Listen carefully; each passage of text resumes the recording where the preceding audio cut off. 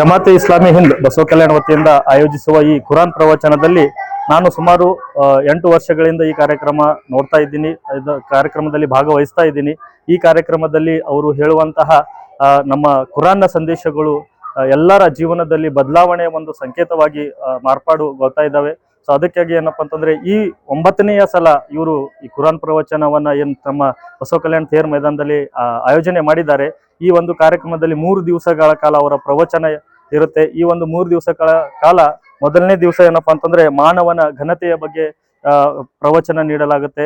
2ನೇ ದಿವಸ ಮಹಿಳೆಯರ ಮತ್ತು ಮಕ್ಕಳ ಸಂರಕ್ಷಣೆ ಬಗ್ಗೆ ಈ 2ನೇ ದಿವಸದ ಕಾರ್ಯಕ್ರಮದಲ್ಲಿ ಪ್ರವಚನ ನೀಡಲಾಗುತ್ತೆ.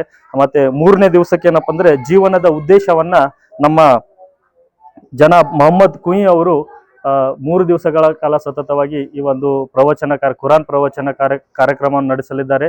ಈ ಒಂದು ಕಾರ್ಯಕ್ರಮಕ್ಕೆ ತಾವು ತಮ್ಮ ಕುಟುಂಬ ಸಮೇತ ತಮ್ಮ ಸ್ನೇಹಿತರ ಜೊತೆ ಬಂಧು ಬಳಗದ ಜೊತೆ ಬಂದು ಕಾರ್ಯಕ್ರಮವನ್ನು ಯಶಸ್ವಿಗೊಳಿಸಬೇಕಾಗಿ ವಿನಂತಿ ಮಾಡ್ಕೊತಾ ಇದ್ದೀನಿ. ಧನ್ಯವಾದ.